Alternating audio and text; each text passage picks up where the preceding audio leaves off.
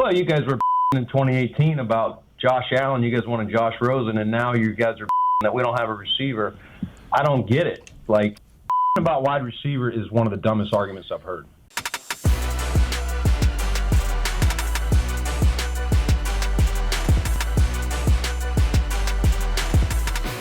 This is the Buffalo Plus Podcast, brought to you by Connors and Ferris. All right, welcome back to the Buffalo Plus Podcast, presented by Connors and Ferris. Mike Catalana, Dan Fates. I am Jenna Cottrell. Please be sure to like, comment, subscribe, and share. This is not an emergency podcast, but an urgency podcast because of time-sensitive podcast. Time-sensitive pod. We're going to talk about Brandon Beane's comments on WGR. We're also going to hear from Jeremy White, one of the hosts of the WGR show that Brandon Beane was on. We're going to break it all down about a little bit of the controversy, how people are feeling. But first, Mike, I want to start with kind of what was said on the radio this morning. Yeah, Beane woke everybody up this morning, I think it was. Let's start with this before we get 3 million comments telling everybody is negative. Brandon Beane has helped build a team that has been right there, so close. All right, but with great success becomes great expectations. This team has not been good enough to get to the Super Bowl, which is what you all want, right? So don't tell me that there isn't room to critique. And I think on WGR this morning, there was a level of understanding of what the Bills did in the draft of going for defense. Everybody knows they needed defense. Beane got a lot of defense. But wide receiver, they didn't look at until the 7th round.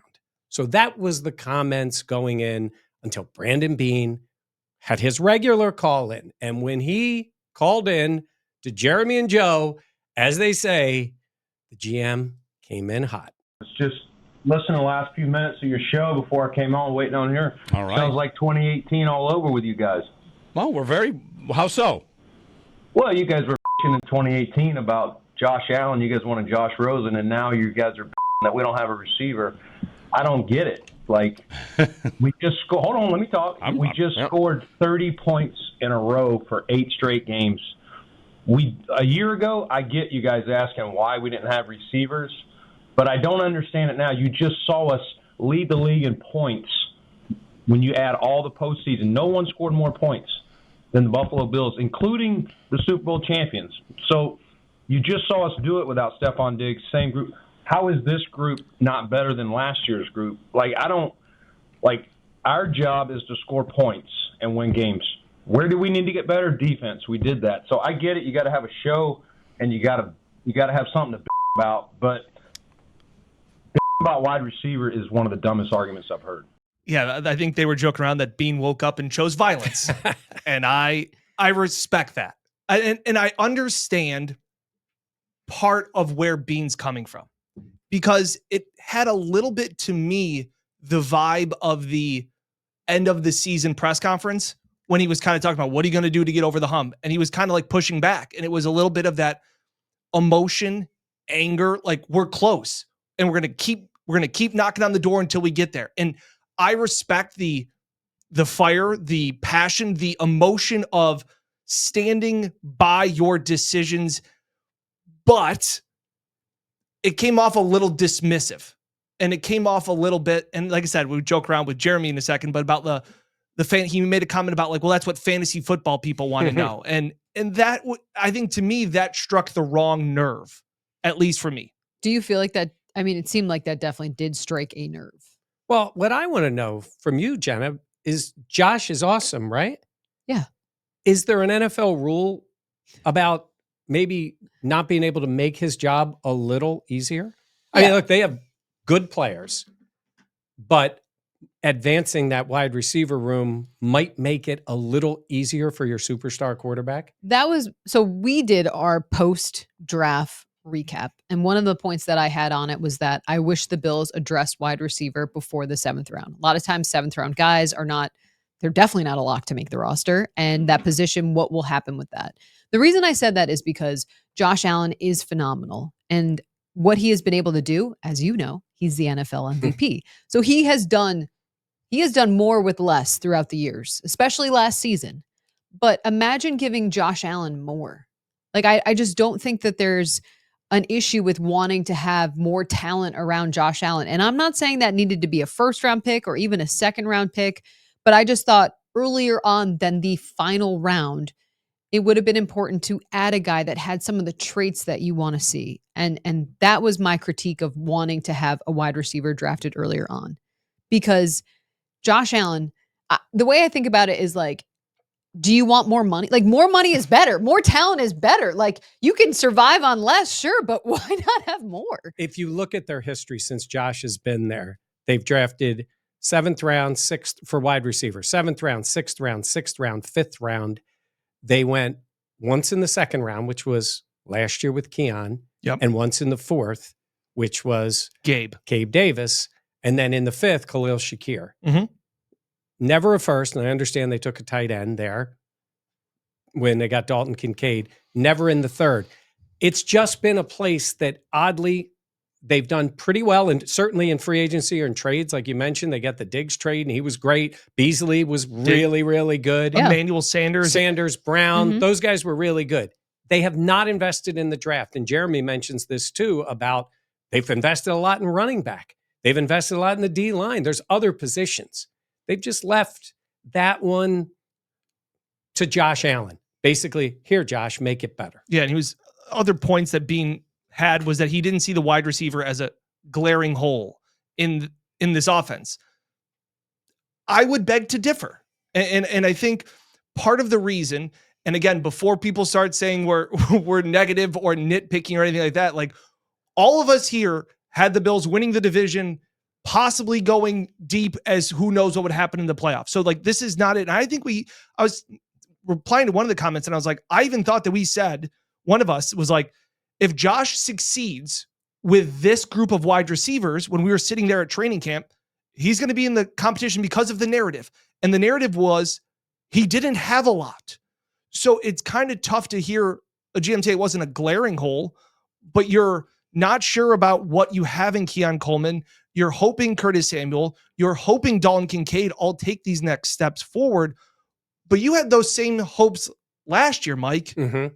And Josh, while he was unbelievable, and we all said he was the MVP, he had less passing yards than he had in his best seasons. Yeah, it goes back to 2019, but since he had that few yards and total touchdowns have been higher every year, and he was awesome. Like we said, he was awesome. But they also went out and tried to get Amari Cooper.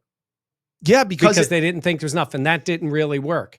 And Mack Hollins came in and was really good, and now he's gone. So there is a spot there, and they brought a wide receiver in, Elijah Moore, for a visit. So they want to address it. But the main reason we were talking is because it was a Brandon Beane show today. Yeah, I was surprised by how fiery he was, and I feel like that's why, to me, it did feel like it struck a chord. But I guess I just look at it as, yeah, the Bills have been a great team. They have had sustained success, but that is always taking more and more effort to do that. And that's what good teams do. You constantly are trying to add very talented players. And we have talked about on podcasts before how the Bills have great depth guys. They can make big guys play, or small guys play big. Yep. But also you need the top end talent or guys that possess those traits and maybe coach them up. But yeah, I was frankly very shocked and I was shocked. You were fiery today in the group text. And I've mowed the lawn. I've calmed down a little bit. That's how I feel. I do feel like I've calmed down. I guess it's just surprising. I don't think it's preposterous to want the Bills to have a better wide receiving core. And for the people like, hey, the Bills have a top whatever receiving core. You look at the talent that's out there. I mean, the Bengals drafted a wide receiver. The Ravens drafted wide receivers. Like every team. Chiefs, the Packers. Yeah, I'm sorry. The Bengals did not. The Chiefs did. The Packers, the Ravens, like all these teams are trying to make their rosters better. And I don't think it's a disservice to ask or to have the critique of, I wonder why they didn't add a guy earlier on. I think that's the one thing that kind of irks me a little bit. And maybe something that I've seen, and again, maybe it is just living on the internet more, or maybe it's more living in the comment section. This thought of Beane knows more, the scouts know more. You can't be critical of what Beane does or do. And I just don't think that that's fair. I don't think that's accurate. Well, of course, that's like saying Sean McDermott knows more than us, but he was wrong for going for it or not going for it. But you're all critical of what Sean McDermott's Yeah. plays are, but Brandon Beane now this week, and I get it, it's the honeymoon phase. You want all of your team's players that you draft to be all pros, and they're all great, and they're all special, and they're all going to be impact starters. And that's not always the case, because for everybody that says, well, trust Beane, like, he drafted Kyrie Elam. Yeah. By the way, I think all of us agree this team needed an influx of defense. Yeah. There is no question. And we recapped it, and I said Yeah. I love the fact, and we could talk more about Deion Walker and how the fact of there is 0.001% of human beings that walk around the earth like that guy. Like, I'm happy all those guys are on the team. I just would like to have seen a really fast wide receiver join the Bills. Yeah. they added speed. I would have liked speed on offense. I also think it's important to, like, I'm not saying the Bills needed to, and I can't remember if I've even said this, but like, the first round, no. The Right. second, like, I'm not saying you had to draft, and pick a top 75 pick for a wide receiver, but I'm just saying I think it would have been important to address that need earlier. I get so... Let it out. No, I do get upset. Not upset, but I just think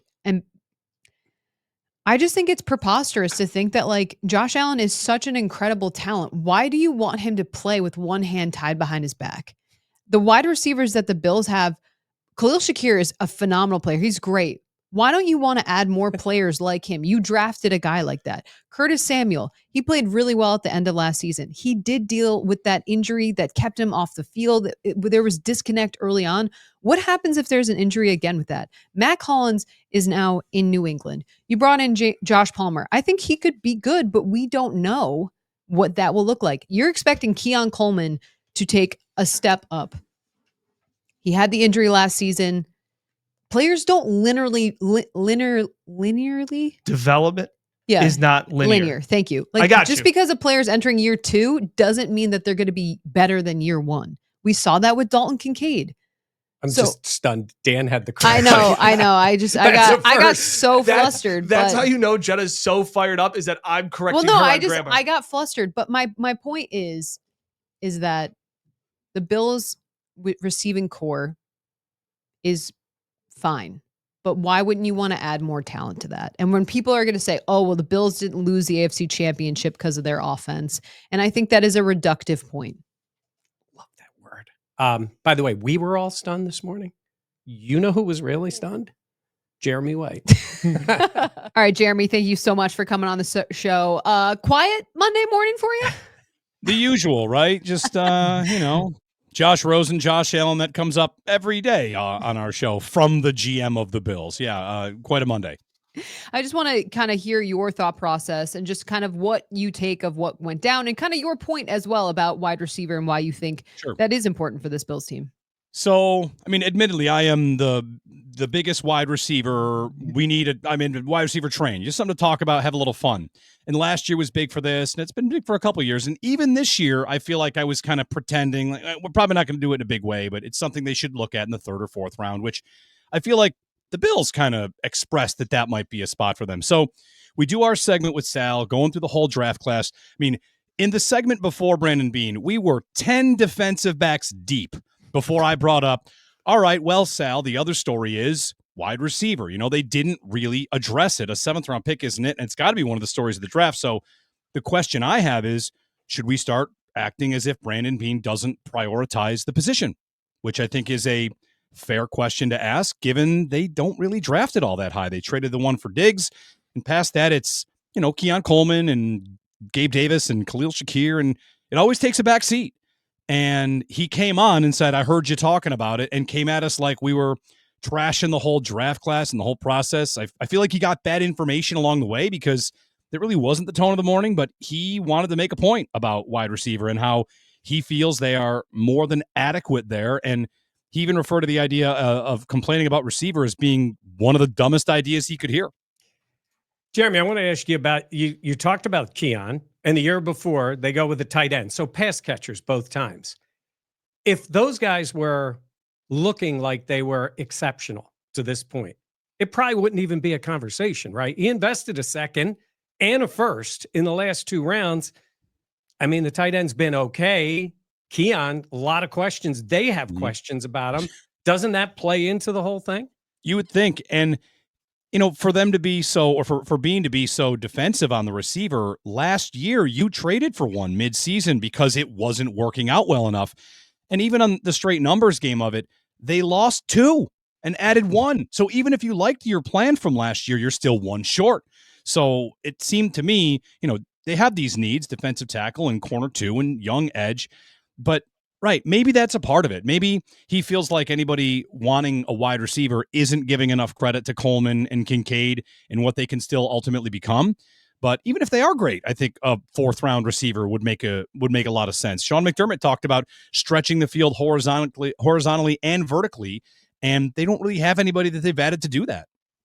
Yeah, and Jeremy, I think your point, because it's not just we joke around here, and credit to you, because I've told Brandon Beane to his face that I think the salary cap isn't real, and he never told me that was one of the dumbest things he's ever heard. So credit to you for actually topping that. But you talked about there's always substance in your thoughts and in your takes. And the one point that I really liked was you said it's good business to draft a wide receiver, and lots of them, because the Chiefs, the Packers, teams that have wide receivers still draft more wide receivers. Can you just talk a little bit more about the good business and your thoughts on that?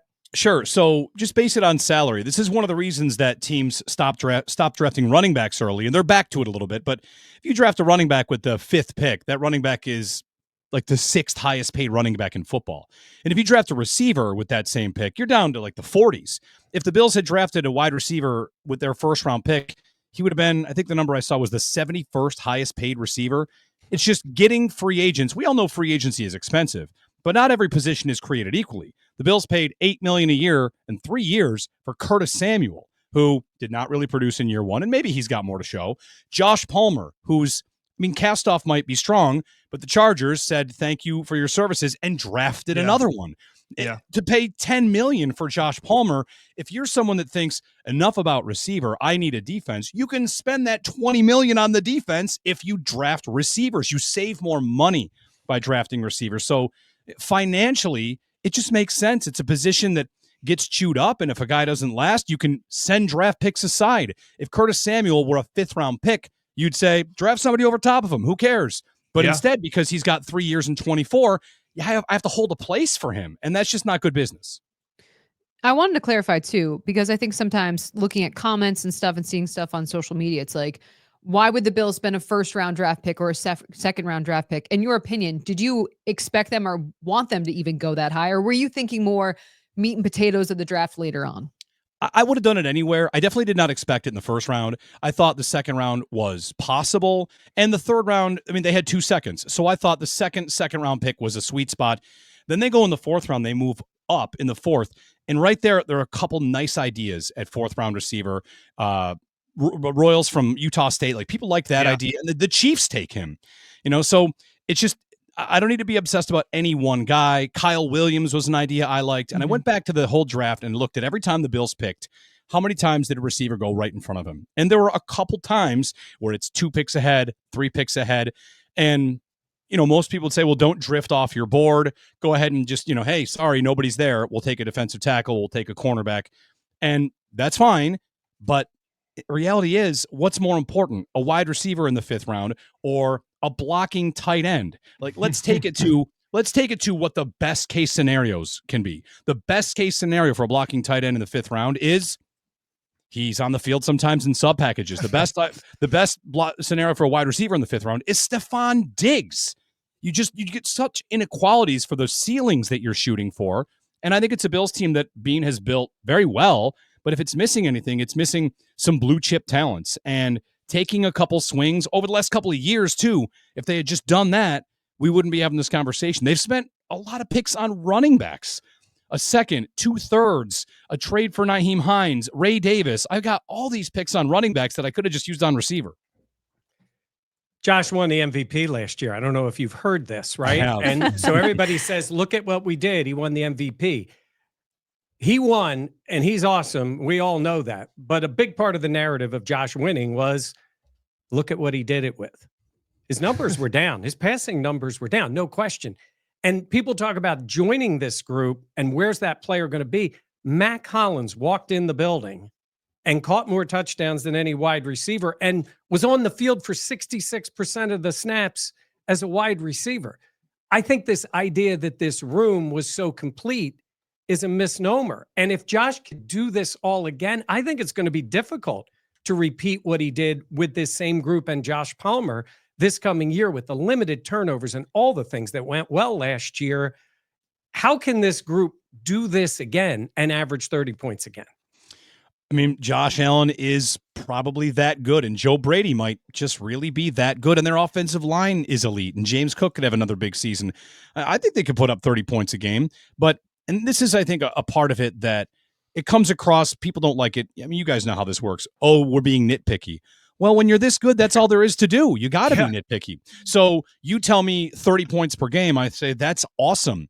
And then I look at the last drive of the season, and I've got third down wide receiver screens, and we're lamenting what the Bills did on tush pushes. And I'm thinking, man, if only I had a downfield weapon I feel like I could have used in the Chiefs game. I don't need 32 points per game in the regular season. I would take the exact same production. But in that moment, in those big moments, who are you going to go to?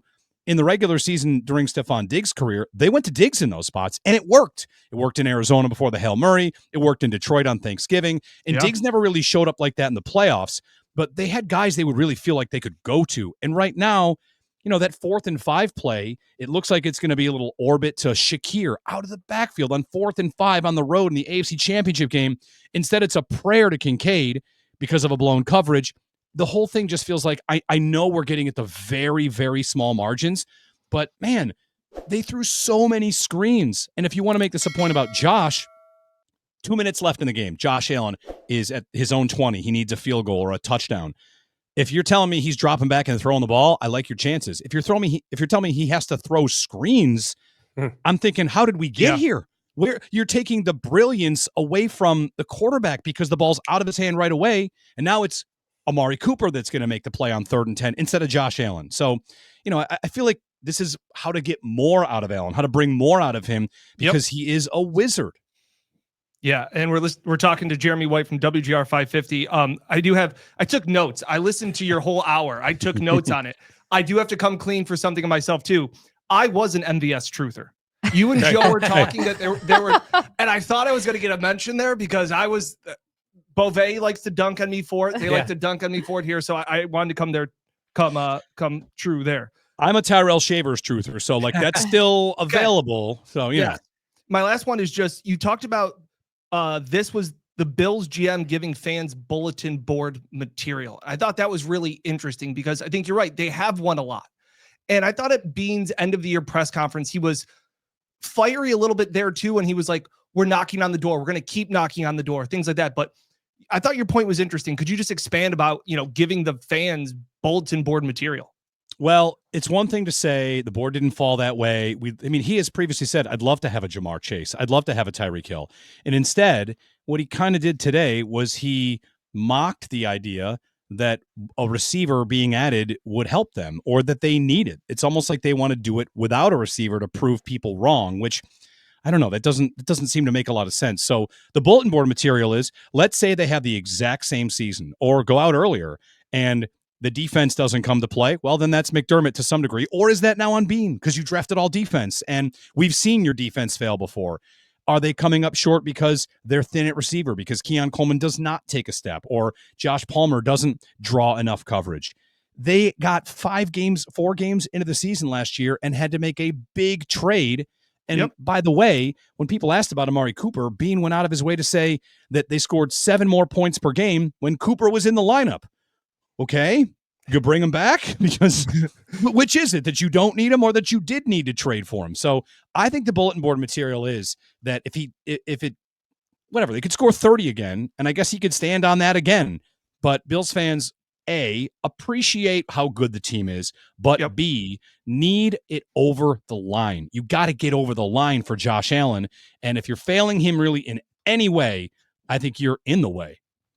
How good is your fantasy football team? That was my one other question I really had to ask you. I've got some good ones. I have Allen and I Cook. I got them a couple places. There you go. Hey, I just want to say that we talked about investment in it in wide receiver. I don't think there's any position on this team that they've put less resources into in the draft. I look back, not only are the guys that they've picked in the 7th round, the Ray McLeods, Isaiah Hodgins, Marquez Stevenson, Justin Shorter, some are not even in the league, never were in the league. I mean, when you look at what they've drafted, Khalil's been great. There should have been 2 more shots at a guy like him or earlier. Gabe in the 4th was good for a 4th and then, played to his level. And now Keon in the 2nd. I think that's probably the biggest issue. If you would have invested more. My thought is part of the reason he's had to maybe not invest in much at wide receiver is because he's had to keep redoing it on the defensive line and now totally on the defensive line. Don't you think, maybe it's just I do, that defensive line has been his Waterloo here? It's been the place he's had to just put so many resources because it's just not good enough. Yeah, I mean, there's a draft where they go defensive end 1st and 2nd round in Greg Rousseau and Boogie Basham. And this gets back to the conversation earlier about the good business. When that happened, a very quick point to go to was, this is good business. Defensive end is really expensive. Get a 1st and a 2nd. Those are cost-controlled contracts. If they're good, that's awesome. If one of them is good, you have won because you drafted 2 defensive ends. Of course, they give Vaughn the big money. They've chased Leonard Floyd. They chased Mario Addison. They consistently add at this position at Oliver's with a 10th overall pick. Like the asset management on the defensive line and what they've put into that, they really haven't got the returns yet. So hopefully that changes. And I'm optimistic about where they are and where their defense can be. So they'll keep chasing it, I guess. But eventually, I think he's going to catch up with them. I think that they need playmakers, and if they get game wreckers, if Bose is amazing and Max Hairston is amazing, they could be a number 1 defense, and we won't really care until the playoffs. We've seen them be a number 1 defense and get shredded in the playoffs by Kansas City. This past postseason was a good example. Kansas City's offense was there to be had. They didn't have good games against anybody except the Bills. So all of a sudden, the Bills' talent wasn't up to par. Everybody else had the talent. Okay. I hope that they have the talent. I hope they have the scheme to get over the line against the Chiefs or the Bengals or the Ravens. And that's one last part here I'll say about this. Who thinks it's a good idea to stay still? Nobody in the league ever stays still.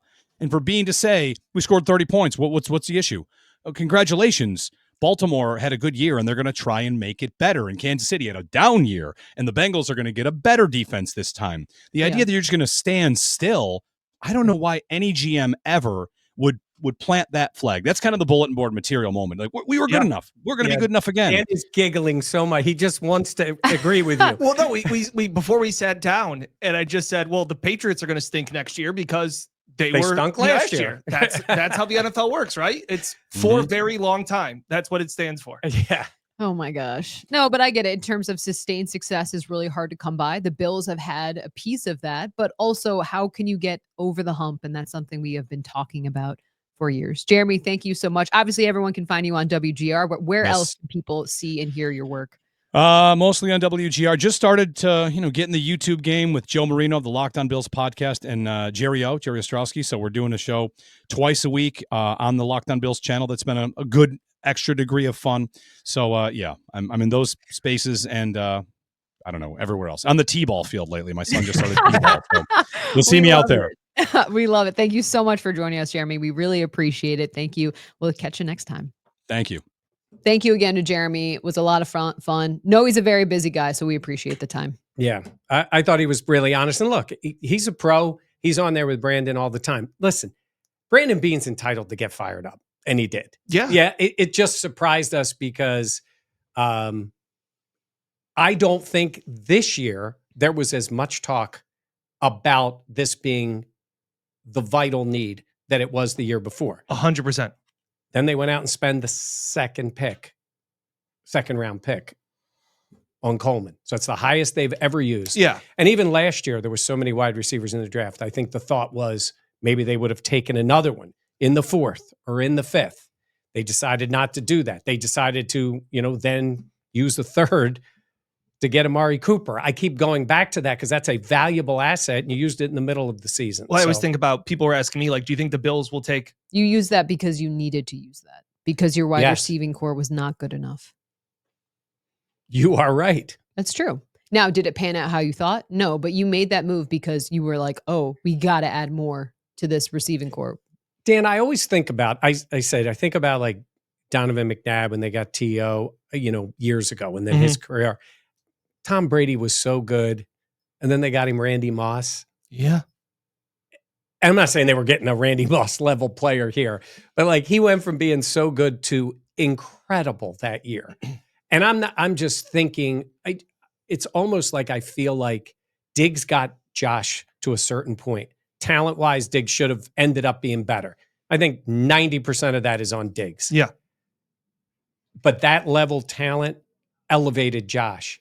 As good as he is now, I think if you give him that, oh my God, give him Jamar Chase like Burrow's got. Yep. He's got two guys like that. Give him that level player, and I think he would put up incredible numbers. So the one thing because I instantly thought about Aaron Rodgers because I thought it was very funny at the draft.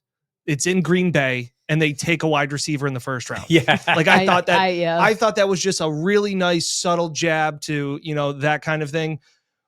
What my problem, and I get it, Aaron Rodgers does have a Super Bowl. He has one and he's arguably a top 5, top 10 all-time quarterback. So say what you want there. My one big thing that really kind of bothered me about Beane this morning was him consistently talking about last year. That kind of irked me. So off the quote, we just scored 30 points in a row for 8 straight games. A year ago, I get you guys asking why we didn't have receivers, but I don't understand it now. You just saw us lead the league in points. When you add all the postseason, no one scored more points than the Buffalo Bills, including the Super Bowl champions.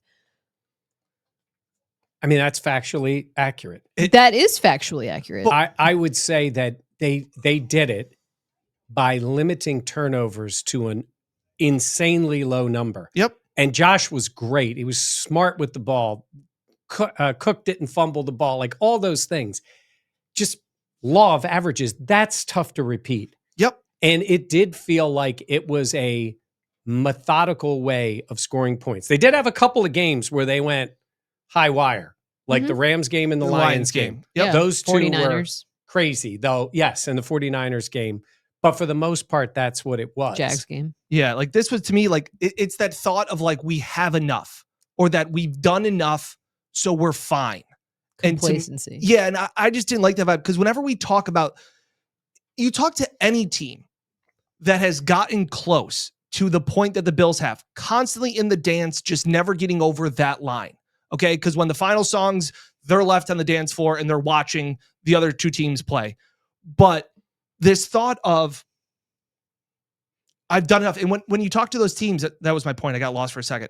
They always say it's so tough to get back because every year is different. That's the first thing Sean McDermott will say at training camp is it's a new team. We've got to build it from the ground up. You don't get to start a new season at the end of the book in the playoffs. You got to go through all of this stuff before. Coaches I've talked to, the Amerks head coach for the longest time, always talked about you have to reclimb the mountain. You don't get to start again at the summit. You have to climb back. So to sit there and rest your laurels on the fact of, hey, this is what we've done, guys. We're going to do it again. I think is a dangerous game. If you believe in your system and you believe in what this offense has become and the pieces and everybody eats, that's great.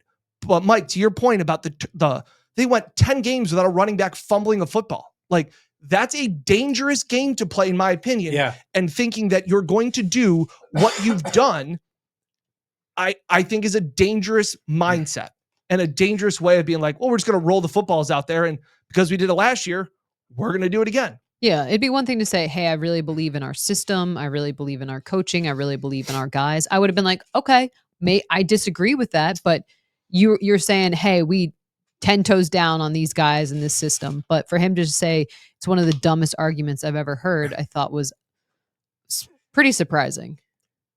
What do you think Josh Allen thinks? I was literally wondering this. And listen, he's such a great player and been team guy all around. And he basically goes, oh yeah, get rid of Diggs. I'll win the MVP is what he did, which is incredible. It's almost like, to me, this is being just big picture here to say, I'll reward you with last year. You did all this. Here's your shiny new second round super fast outside X wide receiver. Now go play. That's what I just would have. And part of the reason, and I mentioned this and you heard me say it to Jeremy, part of the reason they've had to maybe not address wide receiver as much is because they've constantly had to fill that defensive line position because it just hasn't worked. And that is what has really hurt the team. And also, Beane on WGR seemed to show a lot of faith in what Josh Palmer can be. Maybe and again, they're in the building. So what they view a player as is probably, like I said, we were coming into this draft going, they might draft a safety. We don't really know because we're not in the building. And they obviously come out thinking, Cole Bishop's the guy. We are going forward. So they think highly of him. So I do understand that belief that they like their guys. That's fine.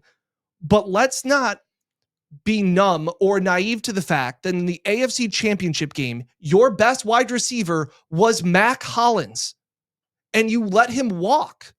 So that to me is where this is a little bit frustrating to sit there and say we don't have a glaring hole when in the biggest game of the year, you need your best players to play great. And your first round pick from 2 years ago dropped the pass, and Mack Hollins is the only one catching third downs and touchdowns. Yeah. That to me was a concern. Yeah. And Mack played a ton of snaps at wide receiver. Really impactful ones. Yeah. I think almost it's like the Bills, their job is sales and they're based on commission. And just because you had a good year 1 year does not mean you're going to have a great year or a better year the next year. Outstanding analogy. There we go. But it's true. It's true. And sustaining success in the NFL is really, really hard to do. The Bills have done a great job. A great job of it. But just because they have doesn't mean look at the Bengals. They were phenomenal 2 seasons ago. Last season, it was a train wreck. Yep. Hoping, because this is so funny. We're going to hear a lot about this. Yep. We're going to hear a lot about this going into this training camp. Keon Coleman's going to develop, and Dalton Kincaid's really going to emerge in the passing game this year. Well, they better. Because, and I go, weren't we saying that same exact thing right now last year? You were saying, hey, Keon, I know some of this tape and his 40 time, but he'll develop and he'll get there. But I'm sorry, I mean to interrupt, but even that, Keon. Sorry, I didn't mean to interrupt you, but I'm going to interrupt you because you're in the middle of a point. Keon was a rookie. He had not been on the field. Now we saw it for a year. With Kincaid, it's 2 years, and they keep telling him they need him to get bigger and stronger and to come back. So it's even more so with Keon now because we've seen a year of him on the field. We've seen flashes of him. But to Jenna's point before, with all these guys, it is, we need more out of him. We need more out of him. We need more out of him. The only guy who is a proven guy, I would say right now in that group is Shakir. Yeah. And Josh Allen can mask a lot of mistakes. He is phenomenal, but also it is a long regular season. And for as long as you need him to be in the playoffs and the run to the Super Bowl and to win a Lombardi, wouldn't it be easier if Josh didn't have to put on the Superman cape every game? Jalen Hurts was phenomenal in the Super Bowl. Right. But it was the back-breaking plays by the big-time guys around him. A.J. Brown catches a touchdown. And some of those moments where it was just there's too many dudes out here. Yeah. Well, I mean, just in that game, they had the fumble. He throws it deep to Devontae Smith for the touchdown. I mean, in that case, they did it. That's what I'm saying. Defensively to offensively, dudes making plays for them and them scoring. It takes that. Yeah. And maybe we say, what's going to make it easier for Josh? I will say, maybe a better defense will make it easier for Josh. Because they were not good last year. And it's going to be more on McDermott and Babbage this year. But they've taken a lot of heat. Mm-hmm. So they went out and got them more players. Let's see how those guys integrate into this team and try to make it a better team. And again, I understand being kind of saying look, we've done a lot of good things. They have. And we needed to get defense. We need to get better on the defensive line. And I agree with all of those points. But when we talk a little bit about, like I said, the one thing that kind of bothered me was look at what we did last year, things like that. What if the Bills get a little bit more banged up this year? Deion Dawkins always talks about injury rate is 300% in the NFL. And I went back and looked at a 3-game stretch because in week 7, they traded for Cooper and they beat the Titans. They improved to 5-2. Week 8, Cooper gets hurt in that game. That's the wrist injury game. Right. And Keon has the big time performance. And you're like, whoa. Josh says after the game, when Keon knows where he's supposed to be, he's a great player. And you're like, this is this guy's springboard taking off.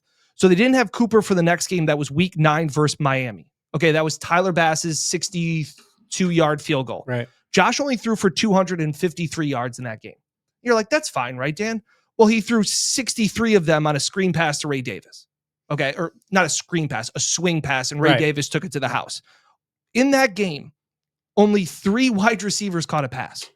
Shakir had 50, Hollins had 5 for 30, and Coleman had 1 catch. Dalton Kincaid was targeted 10 times in that game, caught 4 passes for 30 yards. So that's the game at the end. They were all bad passes. Correct. At the end of that game, that's when Keon got hurt. So they didn't have Cooper or Coleman for that game against Indy in week 10. And they won 30-20. It wasn't really that close, but that was another game where there were only 3 wide receivers that caught passes. Hollins led the team with 86. Shakir, obviously, every game went 6 for 50. And Samuel went 4 for 35. Like, it is tough to constantly be finding pass catchers. Like to spread it around. Like, I know Diggs and the drama and the not necessarily the need for a number 1 guy, but when push comes to shove, like it also works. It worked when Diggs was here because you knew where the ball, like you knew you had a guy to go to. It's tough, I think, when it's a revolving door at times. Yeah. And I do think it's important. And we talked about like the defense did need help. I am fine with them. And I figured that they would invest more draft picks on the defense than on the offense. Completely understandable. I understand people's opinions on that. Defense needs to be better in moments, all that stuff. You need to beef them up. The argument is just, you drafted a receiver in the 7th round. I would have liked to have been earlier on in the draft. The meat and the potatoes of the draft, maybe rounds 3 through 5. Maybe Beane just wanted to give us some content for Monday. Well, you know what? Unintentionally, like this is now a thing. Like by his reactions. Jeremy said bulletin board. Yeah, by his reactions, now it is a thing. Which, honestly, for a media person, it's great for us. We have content to talk about. When we had the news conference the other day, I asked Josh about the everybody eats thing. He's wearing the hat and the whole thing, and he's embraced the whole thing. But like, if a guy excels and becomes the number 1 guy, and let's just, like I said, let's say it's Shakir, you're going to feed him the ball more. So everybody eats a little less. He eats a little bit more. Yeah. There's nothing wrong with that. Let the big dogs eat. And every top receiver doesn't have to be an ass, right? They can, like Diggs was really good until it wasn't. And then it went that way. But up to that point. So don't be afraid to get a contributing receiver. Like if a rookie would have come in and did what Mack Hollins did last year, people would be through the roof excited about what he could do the next year. It was different with Mack. He's an older player. Yep. You don't expect him to take the steps up. If that was a rookie, if that was Brian Thomas, I'm going to get a picture of Brian Thomas, put it over my shoulder. If it was Brian Thomas, you'd be so jacked for what he's going to do this year. Do you feel better? Yeah, no, I do. I mean, I actually don't. I actually don't because I know the comments are going to be negative. Really, well, it's funny. I mean, they're going to be negative about us being negative. I do think it's of note. Brandon Beane confirmed on One Bills Live that wide receiver Elijah Moore was in for a visit today. Beane did say that minutes after the press. Yeah, I mean, it's Elijah Moore, but they know they need more. By the way, Beane's still invited to the patio. 100%. Yeah, this is fun. We like Beane. I like the guy. And if he likes dumb takes, I got plenty. No, I absolutely. Yeah. Oh, yeah. And they've done a great job of building a really great You guys team. didn't live through the bickering Bills. Dumbass situations this franchise had. I appreciate he's gotten them here. But it's like your kid in high school and the parent is saying, I'm going to give you an analogy. The kid in high school and the parent is saying, do your work, because that day's going to come when you're trying to get into that school you want to go to, and the answer is going to be no, because you weren't doing what you need to do. Mm-hmm. So in this case, you're like, oh, we're fine, until that moment when this team isn't fine, and you're going to say, I wish we would have done more. I think they've done some for the defense and hope that's good, but man, you'd be feeling a lot better if there was somebody flying down the sidelines. Who is the guy that was the Mack Hollins before Mack Hollins that you did a story with? Trent Sherfield? Thank Trent you. Sherfield. Yeah. That's another thing, too, where it's like... Dropped a ball in a big spot. Yeah. Well, Mack that's caught his. That's what I was just thinking. It's like, we're fine until that moment, and you're like, oh, yeah, this guy's in. So they've been let down by Stephon Diggs, big trade, because he dropped one. Sherfield, free agent signing. Dalton Kincaid, #1 draft pick. All three in big moments did not come up with the ball. Inaccurate throw. Yeah, because that's what Josh does. Josh is the problem.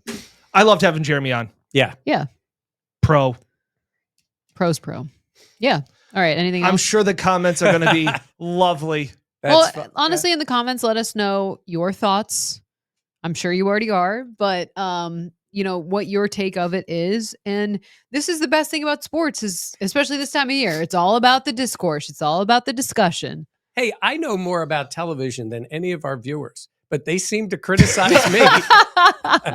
That's a great literal point. Hall of Famer. Yeah. You go to a restaurant, that chef knows more about food Way than knows you. more We about go, food. I didn't like this. Yeah. Right? Well, he knows more about food than you. Yeah. So It is a sales business. tell him, Jenna. Just because you had a good year 1 year does not mean the next year There's will a be phrase for that. Never mind. Somebody's going to write it in there. Past success does Doesn't not equal.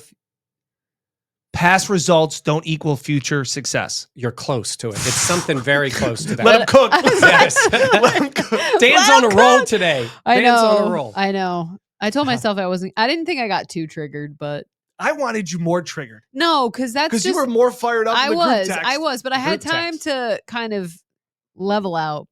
And everyone is, look, I mean, everyone can have their opinion, all that stuff, but Opinions are like I just think sometimes it's armpits. sometimes people don't want to hear the opinions. And that's like, just because you don't like what we're saying doesn't mean that there's not truth in it. Well said. We're in the honeymoon phase. Fans, every draft pick is a steal that they got. I can't believe this guy fell. And like, And hopefully understand- hopefully these guys Yep. pan out. Like, Caden Prather could be a guy. Could be yeah, a dude. you don't know. All right. For Mike Catalana and Dan Fates, I'm Jenna Cottrell. Please be sure to like, comment, subscribe, and share.